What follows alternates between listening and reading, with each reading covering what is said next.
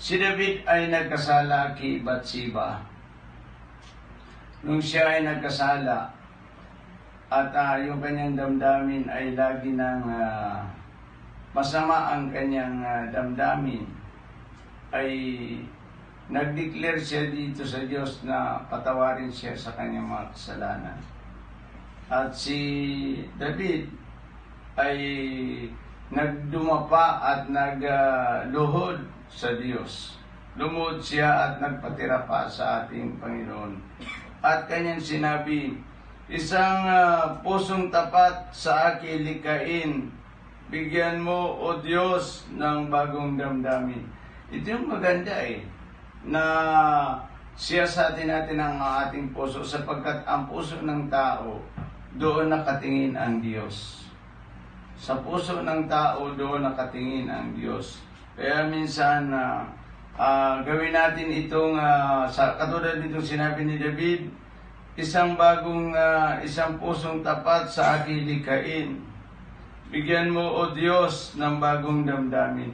Kasi sa totoo lang, natakot dito si David na baka dumating ang panahon na siya ay mamatay, hindi niya makita ang Diyos. Kasi tingnan mo yung may mga malilinis na puso.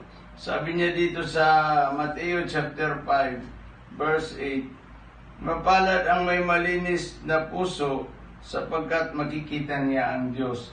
Nung ang buhay ni David ay balagtod sa harapan ng Diyos, ay natakot siya. Baka sakali kuhanin siya ng Panginoon at hindi niya makita ang Diyos. Yun ang maganda na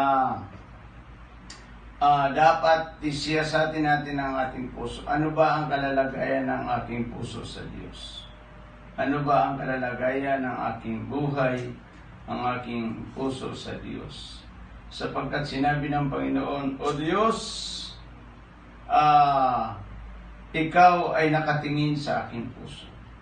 Sa puso ng tao nakatingin ang Diyos. Kaya nga sabi niya doon sa Marcos chapter 2 verse 8, alam ng Diyos kung ano ang nilalaman ng iyong puso. Ito isuko natin sa Diyos. Ano man ang mayroon dito, ano man ang kasalanan, kasi ang puso natin ay mandaraya yan sa lahat. Kaya niyang dayain ang lahat, pero ang Diyos ay hindi mo kayang dayain. Nakatingin ang Diyos sa atin. Kaya purihin natin ang Panginoon ngayong umaga, naway matandaan ninyo na itong talatang ito, sabi niya dito, isang pusong tapat sa aking likhain. Ibig sabihin, bigyan mo ako Diyos ng panibagong puso, panibagong laman ng aking puso. Na yung laman ng aking puso, laman na sumasamba at na humihingi ng patawad sa inyo at sumasamba sa Diyos. At ang laging iniisip nitong pusong ito ay ipawang kabuti sa ating Panginoon. Yan ang kaya sinabi niya dito, bagong damdamin ang likhain mo sa aking puso, O Diyos, sabi niya.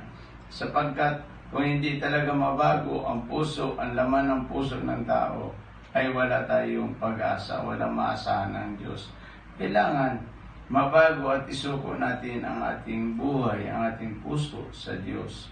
Na yung tinatawag nating purity heart, purity mind, and purity life.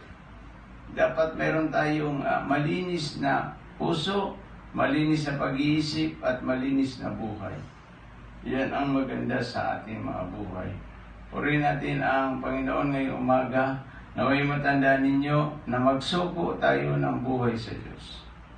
Ang ating mga puso, tingnan natin kung ito ba ay kalugod-lugod sa ating Panginoon. Sapagkat sabi ng Mateo chapter 5 verse 8, mapalad ang may malinis na puso sapagkat makikita niya ang Diyos. Sa totoo lang po mga kaibigan ko at mga kapatid, hindi maaaring makita ang Diyos ng isang taong makasalanan. Hindi mo makikita ang Diyos kung ikaw ay makasalanan, hindi ka nagsusuko ng iyong buhay sa Diyos. Kaya nga natakot dito si David. Natakot siya. Baka sakali sa kasalanan niyang kanyang ginawa, ay pag siya ay namatay, hindi niya makita ang Diyos. Natakot siya. Kaya siya ay nagpatira pa at sinabi niya sa Diyos, "Mahabag kayo sa akin, Panginoon." Sabi niya dito, "Isang pusong tapat sa aking likhain." Sabi niya. At sabi niya dito, "Bigyan mo ako, O Diyos.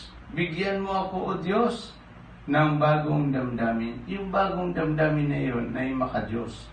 Minsan, iniisip natin lagi na huwag na tayong maglingkod sa Panginoon, huwag na tayong di ba? Huwag na tayong gumanito, ganito. Pero, dapat ang maging laman ng ating puso ay kalugod-lugod sa Diyos at laging sumasamba sa Kanya. Yan dapat ang ating ilagay sa ating puso na yung bagong damdamin, na ang ating damdamin at ating laman ng ating puso ay sumamba at magpuri sa Diyos.